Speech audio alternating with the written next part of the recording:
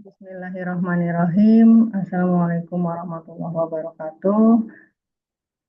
Pada pertemuan kali ini, mata kuliah keamanan dan penjaminan informasi, pembahasannya adalah keamanan mail server.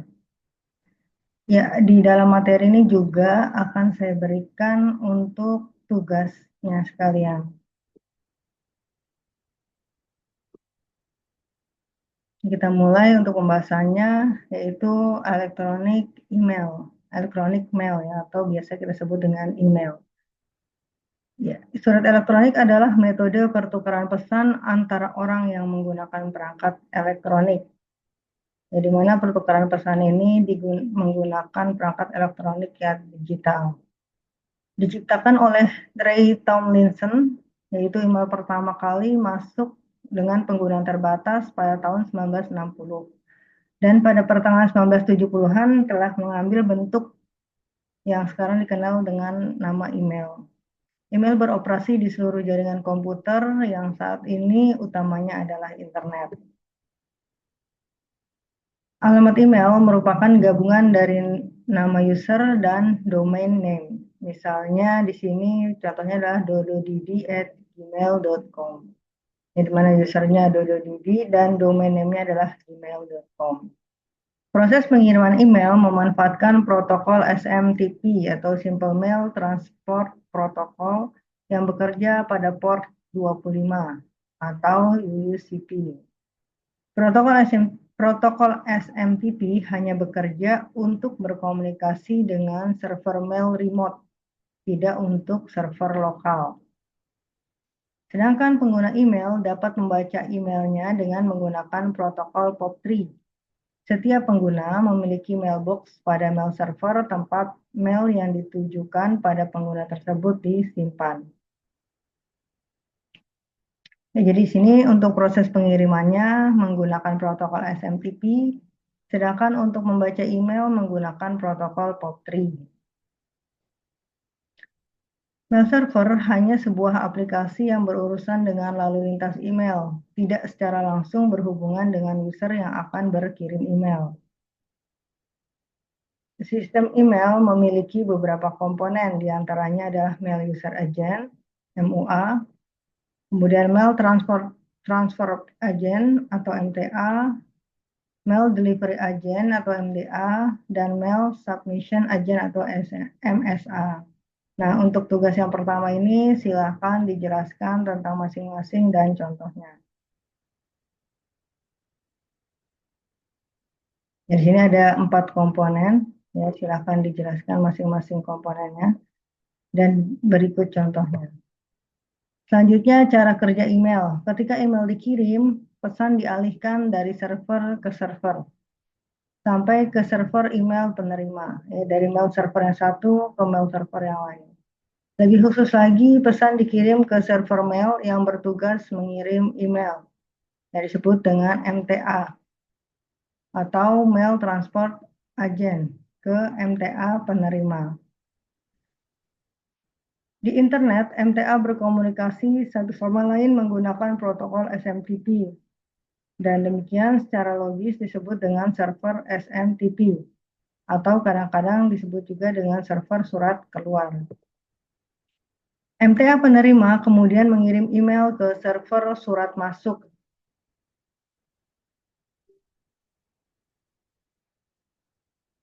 atau disebut dengan MDA, Mail Delivery Agent, yang menyimpan email saat menunggu pengguna untuk menerimanya.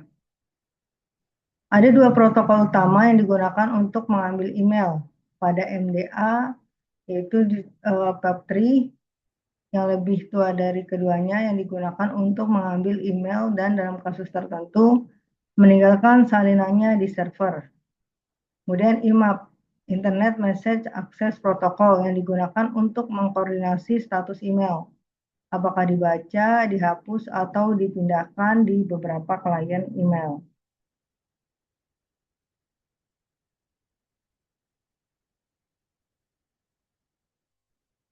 Dengan IMAP, salinan setiap pesan disimpan di server, sehingga tugas sinkronisasi ini dapat diselesaikan. Untuk alasan ini, maka server surat masuk disebut server POP atau server IMAP, tergantung protokol mana yang digunakan. Nah, di sini untuk konfigurasinya dari email client, ya MUA, kemudian menuju ke MTA atau disebut dengan MTP server. Nah, selanjutnya di penerimanya diterima atau diambil oleh POP atau IMAP server MDA, ya kemudian diterima oleh email client.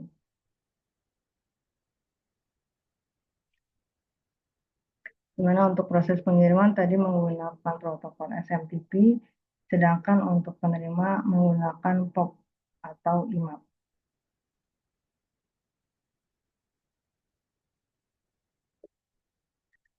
Untuk menggunakan analogi dunia nyata, MTA bertindak sebagai kantor pos atau area penyortiran dan operator surat yang menangani transportasi pesan. Sementara MDA bertindak sebagai kotak surat yang menyimpan pesan sebanyak volume yang akan diizinkan, sampai penerima memeriksa kotak tersebut. Ini berarti bahwa penerima tidak perlu terhubung agar mereka dapat dikirim email. Agar setiap orang tidak memeriksa email pengguna lain, MDA dilindungi oleh nama pengguna yang disebut dengan login dan kata sandi. Pengambilan surat dilakukan dengan menggunakan program perangkat lunak yang disebut dengan MUA, Mail User Agent. Ketika MUA adalah program yang diinstal pada sistem pengguna, disebut dengan klien email, seperti Mozilla, Thunderbird, Microsoft Outlook, Edora Mail, Incredible Mail, atau Lotus Notes. Bila antarmuka web yang digunakan untuk berinteraksi dengan server surat masuk, hal ini disebut dengan webmail. Serangan terhadap email berfokus pada pertama yaitu pengiriman dan eksekusi malicious code atau malcode. Basic email hanya berupa teks ASCII yang tidak dapat langsung dieksekusi. Serangan malcode atau virus dapat dilakukan dengan menggunakan attachment pada email. Collaboration tool seperti Microsoft Outlook dapat langsung menjalankan malcode yang di-attach pada suatu email. Kebocoran yang kedua, serangan terhadap email berfokus pada kebocoran informasinya, informasi di dalamnya. Karena email dikirimkan sebagai clear text atau plain text, jadi belum dienkripsi.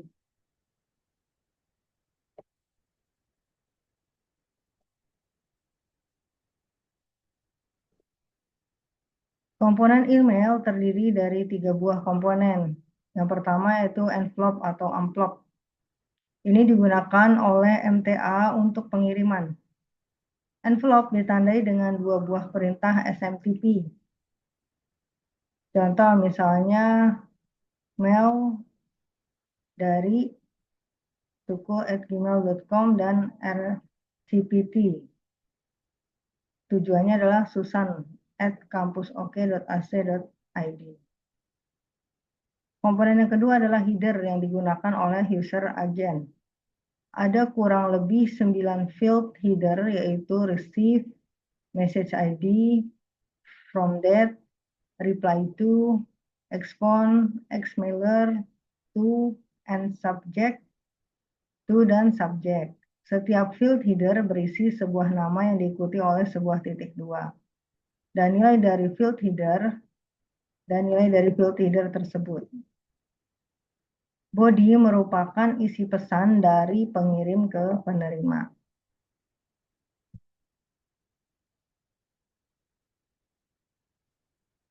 Contoh email, header, dan body. Ya, di sini contohnya ya tadi untuk headernya dari mana, tanggal, ya. Ya di sini header ada receive, message, from that, reply, respon, dan sebagainya. Ini headernya. Nah, ini adalah bodinya.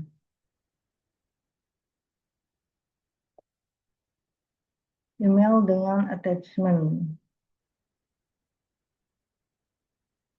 Ini contoh email dengan attachment-nya, di mana attachment yang kita kirim itu bisa berupa file.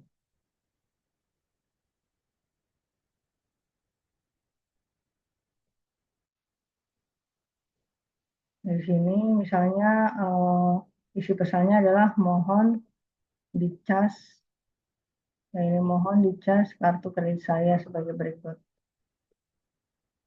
Nah, maka kode ASCII-nya adalah yang di bawah.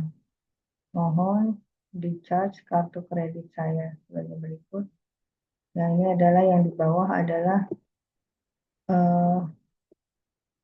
ASCII-nya, kode ASCII-nya. Selanjutnya spam. Spam adalah email yang tidak diinginkan untuk diterima. Ya, saat ini spam menjadi masalah serius karena dapat memunculkan serangan DOS atau denial of service attack. Spammer atau pengirim pesan dapat mencari nafkah dengan cara mengirim ribuan atau jutaan email. Yang merespon secara positif jumlahnya memang hanya sedikit, tapi sudah cukup untuk menangguh keuntungan. Ya, jadi orang yang mengirim spam ini, ya dia mengirimnya ke jutaan email. Meskipun yang membuka atau terjerat itu hanya beberapa orang saja, tapi itu sudah menjadi keuntungan. Bila dapat diketahui sumber pengirim spam, maka spammer dapat dituntut. Namun hukum di Indonesia belum ada yang mengatur ini. Jika spammer memiliki email server sendiri, dia dapat merubah alamat yang ada di dalam field form dengan mengatur konfigurasi mail server. Ya, seperti send emailnya, postfixnya, ya dapat diatur-atur. Atau menggunakan alamat palsu atau alamat orang lain. Bisa pula menggunakan script PHP.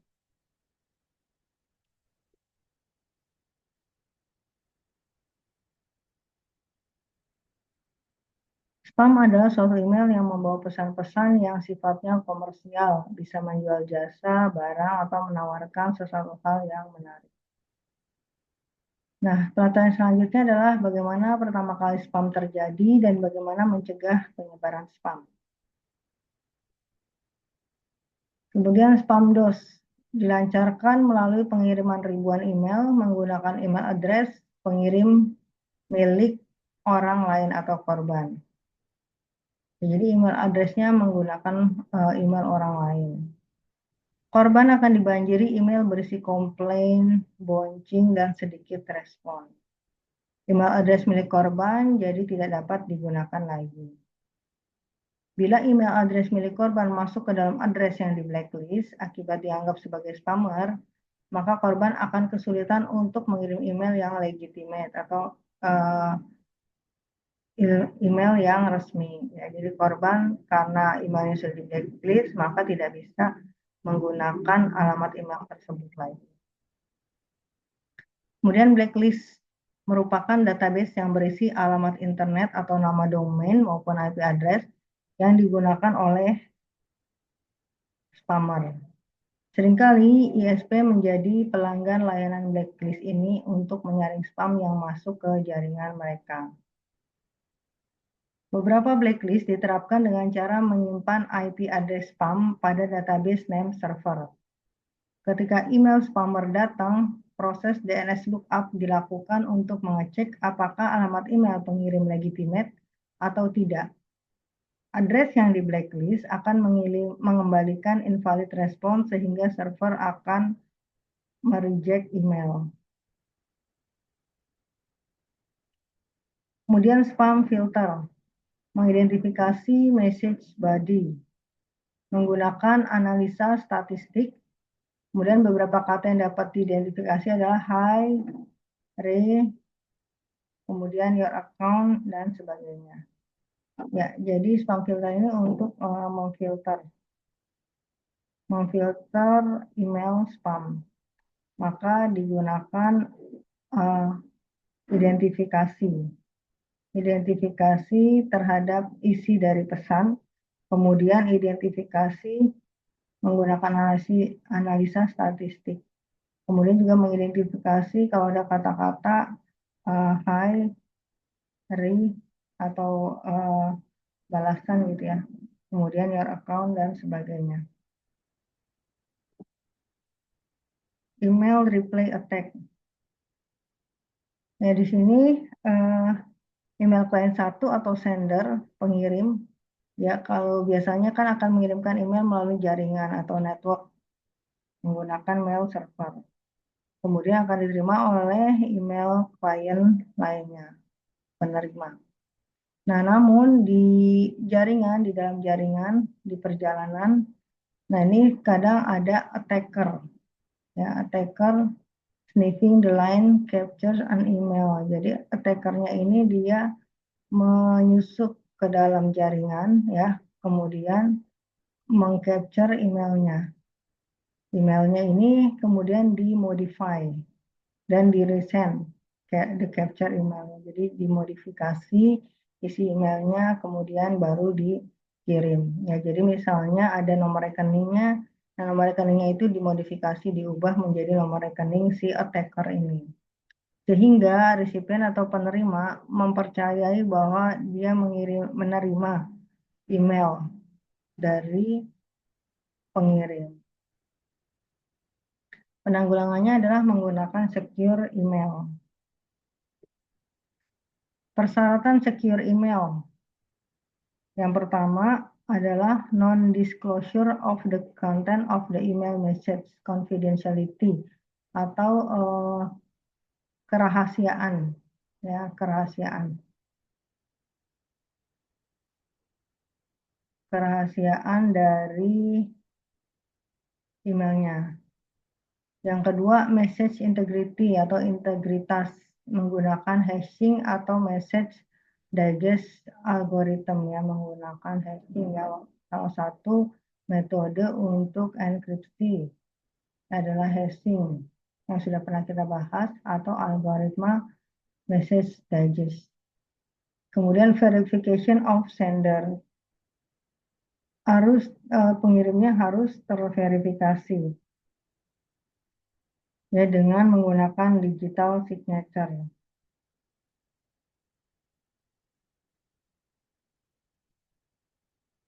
Kemudian verification of recipient, ya jadi verifikasi penerimanya dengan menggunakan public key encryption. Ya, jadi untuk email yang aman ini harus menjamin kerahasiaan, kemudian integritas, keutuhan dari pesannya, kemudian keaslian pengirimnya dan penerimanya. Protokol email. Beberapa protokol yang terlibat ada SMTP, POP3, dan atau IMAP.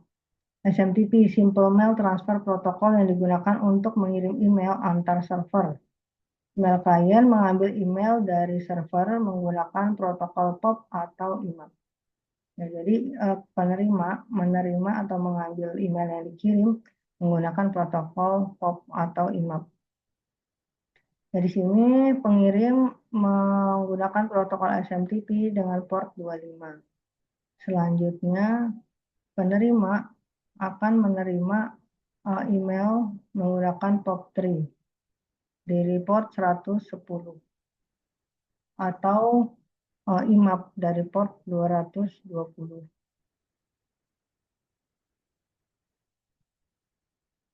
Tipikal dari SMTP conversion di sini pertama klien menghubungi server atau klien connect to server dengan port 25. Kemudian server akan memberikan sinyal pemberitahuan bahwa sudah diterima connection-nya, sudah terhubung. Kemudian klien mengirimkan perintah hello dan server menerima memberikan sinyal pemberitahuan setelah diterima perintah hello tersebut. Kemudian klien mengirimkan mail from command, mengirimkan email Kemudian server menerima pemberitahuan. Kemudian klien mengirimkan HTTP.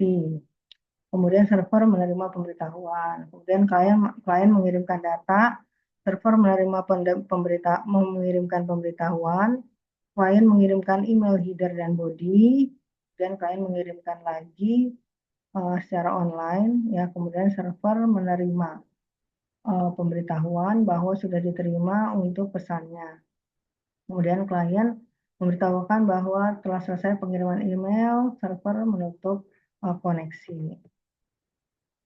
Selanjutnya, Post Office Protocol digunakan untuk mengambil email dari server, versi paling akhir dari POP3. Beberapa email klien, contohnya Mozilla Thunderbird, akan menghapus email dari server. Setelah email di-download ke workstation klien, POP3 tidak dapat digunakan atau tidak mensupport pengiriman email. IMAP, Internet Message Access Protocol, yaitu protokol yang digunakan untuk mengakses email yang ada di remote server. Email tetap berada di server. User dapat mengakses email lebih dari satu klien, ya, dengan cara mengirim ke beberapa sekaligus. Kemudian IMAP sering digunakan untuk remote file server. Fiturnya mirip POP3 tetapi lebih efisien dan kinerja pada bandwidth yang lebih kecil. Kemudian Secure Email Protocol. Ada PGP, ada PEM, ada Secure Multi-Port Internet Mail Extension atau MIME, ada MIME Object Security Service atau MOS, ada Message Security Protocol atau MSP, dan seluruh protokol di atas menggunakan public key cryptography. Nah, untuk selanjutnya di sini dijelaskan tentang PGP atau Pretty Good Privacy, yaitu program enkripsi yang dikembangkan oleh Phil Zimmermann pada awal 90-an. Bisa digunakan untuk mengenkripsi email maupun file. Pada awalnya, Zimmermann menyediakan PGP secara free untuk siapapun, tetapi diprotes oleh pemerintah USA dengan alasan batasan ekspor terhadap teknologi enkripsi, sehingga PGP tidak free lagi, tapi masih ada versi freeware-nya. Masalah lain yang dihadapi oleh PGP adalah versi awalnya menggunakan protokol teknologi RSA, sehingga pada versi yang lebih baru, PGP dimodifikasi agar tidak melanggar masalah hak cipta atau RSA. PGP versi awal bisa tidak kompatibel dengan versi yang baru. PGP menggunakan public key cryptography untuk menjamin confidentiality. PGP juga menggunakan digital signature untuk mengotentifikasi identitas pengirim, menjamin integritas message, dan menyediakan non-repudiation. PGP dapat digunakan juga untuk enkripsi file. PGP dipasarkan oleh Network Associates. PGP freeware dapat didownload di sejumlah situs. Resource PGP yang paling bagus adalah di MIT. PGP dapat didownload di web mit.edu. Selanjutnya untuk protokol secure email yang lainnya, silakan Anda jelaskan. Ada PEM, ada MIME, ada MOS, ya, ada MSP. Ya, kemudian SSH Tunnel. SSH atau Secure Shell merupakan program untuk login ke remote machine. SSH memungkinkan untuk mengeksekusi perintah di remote machine. SSH ditujukan untuk mengganti login dan RLogin dan RSH.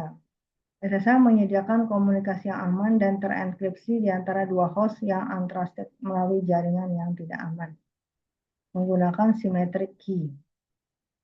Klien dan server saling mempertukarkan kunci enkripsi, lalu kemudian klien diminta memasukkan password.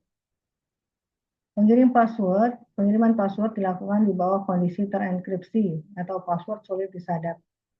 Setelah klien berhasil diidentifikasi, akan muncul jendela dengan command line prompt untuk memasukkan perintah ke server. Apapun yang diketikkan dan diterima oleh user pada jendela di atas akan dienkripsi. Di dalam jendela yang sama, user dapat membaca atau mengirimkan email melalui mail server.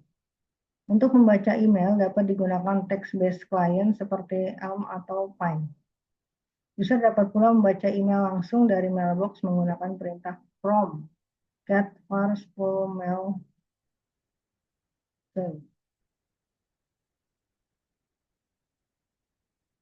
Jadi di sini ada server menggunakan public key, session juga klien menggunakan session key, ya, kemudian server mengenkripsi package. Dalam mode basic, email klien atau Microsoft Outlook, Mozilla, Thunderbird, dan sebagainya mengirimkan email ke server dalam bentuk clear text.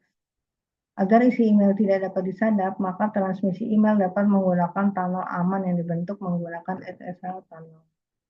Ya, ini pembentukan SSH tunnel. Ya, SSH ini di security, ya, jadi di enkripsi untuk pengiriman emailnya. Nah, kemudian menggunakan tunnel khusus, jadi jaringannya itu sudah diamankan tersendiri. Dari sini email klien, ya, menggunakan normal SSH connection. Menggunakan normal SSH connection menggunakan port 22. Jadi tidak menggunakan koneksi SMTP dan POP3, tapi menggunakan SSH tunnel. Menggunakan port 22. Yang biasanya menggunakan SMTP dan POP3 ini, maka datanya dikirim atau diteruskan ke port 22. Kemudian di server biasanya menggunakan port 25 dan port 110, ya, dikirimkan ke port 22, semuanya menggunakan tunnel SSH. Ya, demikian untuk materinya hari ini. Silakan dikerjakan tugasnya dan dikirimkan ke my base, ya, web tugas untuk pertemuan 12. Baik, saya akhiri untuk materinya. Wassalamualaikum warahmatullahi wabarakatuh.